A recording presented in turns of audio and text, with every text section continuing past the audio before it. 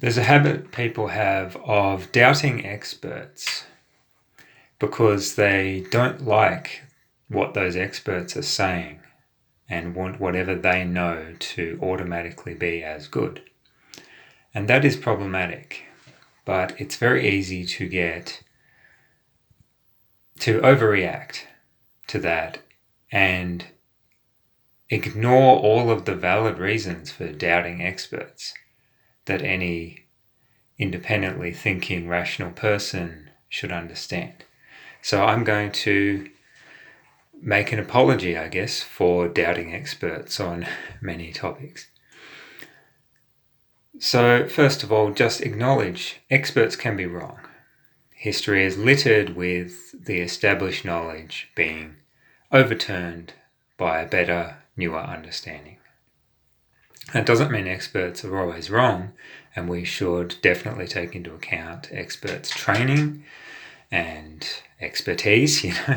That's why we value them in the first place. And they're always going to bring some value that you could not have brought yourself. But that doesn't mean that they're right, even if they're sure. So some degree of doubt is automatically justified. So specific reasons include there's always cherry-picking, spin, and agenda when an expert opinion is presented. And an example would be the calcium chart that I was given by a nutritionist. And this chart has calcium ranges of different foods. At the top, I think it's 400 to 300 milligrams, or whatever the measurement is, of calcium. And the next one down is 300 to 200 milligrams. And I immediately was suspicious when I saw that light milk was in the 400 to 300 category, and full cream milk was in the lower category. I thought, how could taking something out of milk give it more calcium? And so the next time I was at the supermarket, I took the same brand of milk and looked at the light version versus the full cream version, and they had almost the same amount of calcium. I think there was a negligible increase in the full cream milk in how much calcium was in it. By rights, they should have been grouped together. But I think anyone who's been around health advice for a while knows what's happened here. Some person has taken it upon themselves, some expert, I should point out, has taken it upon themselves to discourage people by misleading them for their own good, because there's conventional wisdom that full cream milk is worse for you because of the fat content. But this is a calcium chart. Like, it's blatant spin. It's an agenda. It's not the thing that the chart is meant to show. Another set of problems is tradition, prescription, and made-up subjects, right? So tradition is a mixed bag. There's almost always, on any subject that's been around for a long time, a gradual accumulation of knowledge and insight. And you can't ignore the insights. But you also can't acknowledge the biases. Like, there's a number of areas in which people are going to be wrong due to tradition. And it's very easy to get carried away by how well known something is. So take, for example, primary colours. If your only exposure to the idea of primary colours is to being taught in primary school that the primary colours were red, yellow, and blue, you probably just assume that that's true. And not only that, but you've got a specific hue of red and a specific hue of yellow and a specific hue of blue in mind. But the history of mixing hues together is so much more detailed than that. It's so much more context-based. It depends very much on which, dyes or pigments were being used and how they interacted.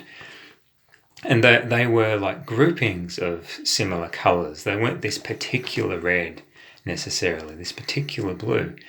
But if you can go up to post-secondary school study determined that these are the primary colors, because that's the tradition in teaching in art for good reason.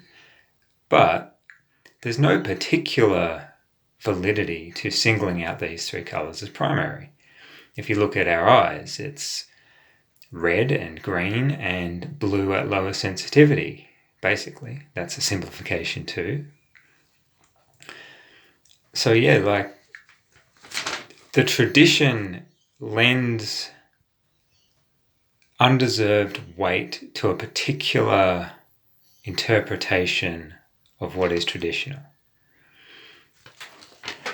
And another similar thing is where something is largely prescriptive rather than descriptive in nature. And you see this in linguistics.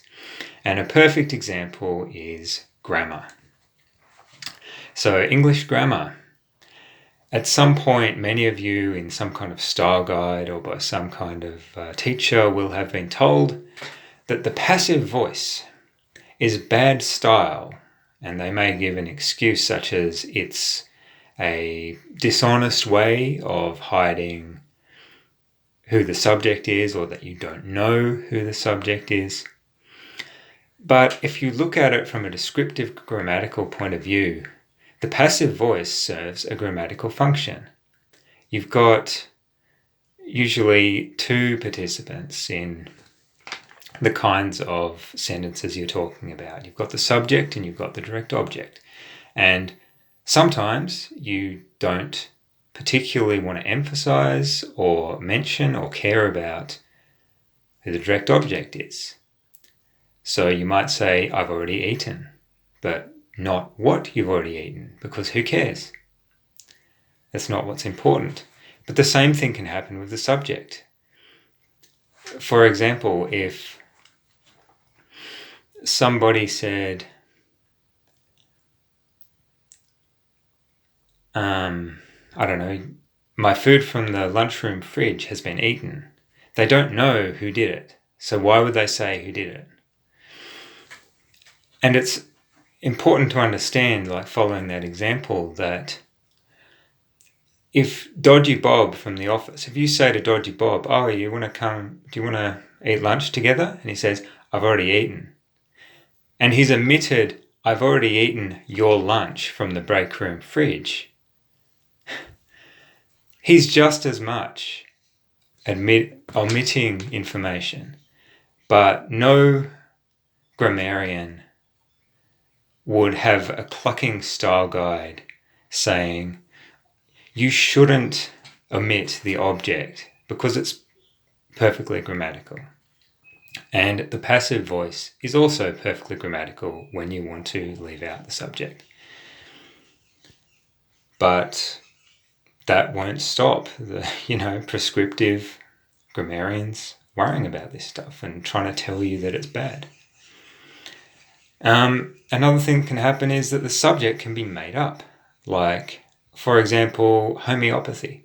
I don't care if you've got 40 years experience with homeopathy. The whole subject is made up quackery. I don't care how many times you think something should be diluted or which base element you should dilute until there's a 1 in a million chance that one atom of it remains in the solution. I don't care. It's a made-up subject. Your expertise is worthless. So a big one is scientists, right? The phrase, I'm a scientist, and my opinion is the least scientific thing a scientist can say. And they do know better when they're actually practicing science, and they should know better when they're talking to other people. So all people are biased, and science is largely a way to mitigate that bias. But it's doing science that mitigates that bias. It's not being a scientist. That's just a job title. So, yeah, there's also cherry picking in science as well. Cherry picking also feeds into my last point, which is a lot of the time, what you're hearing as the opinions of experts is secondhand. You're not actually hearing the experts speak for themselves. You're hearing someone else repeat what experts have said. So there's a huge chance of misinterpretation of what they've said. So you should be skeptical straight away because of that. And there's also almost always added spin or bias or ideology. An example of that would be, I once heard a US president, it doesn't matter which, this isn't about the politics, this is about the principle.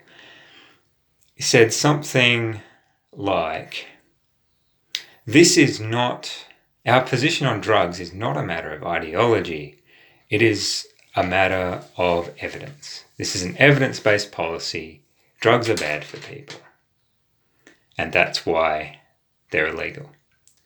Now, the problem with that, apart from, the cherry-picking issue and the possibility that experts might be wrong, is that that's not what the policy is. The policy is that set of expert advice plus the ideology that people do not have the right to do things that will harm them if they so choose.